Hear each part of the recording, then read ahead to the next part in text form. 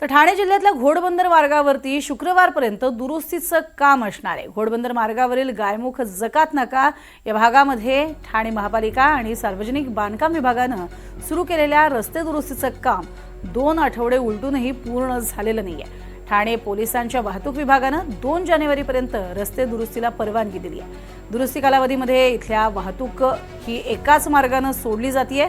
घोडबंदर मार्गावरती वाहनांचा भार वाढून ठाणेकरांचं नवीन वर्ष मात्र अर्थातच कोंडीमध्ये जाण्याची शक्यता आहे। वाहतूक विभागानं आता पुन्हा एकदा 2 जानेवारीपर्यंत काही अटी शर्तींच्या आधारावर परवानगी दिली आहे। मध्यरात्री 1 ते सकाळी 6 या कालावधीमध्ये ही दुरुस्तीची कामं केली जाणार आहेत। अवजड आणि हलक्या वाहनांची वाहतूक एकाच मार्गिकेनं होत असल्यानं घोडबंदर मार्गावरती वाहतूक कोंडी होऊ लागली आहे आणि दिवसभर त्यामुळे या मार्गावरती कोंडीची शक्यता जास्त आहे।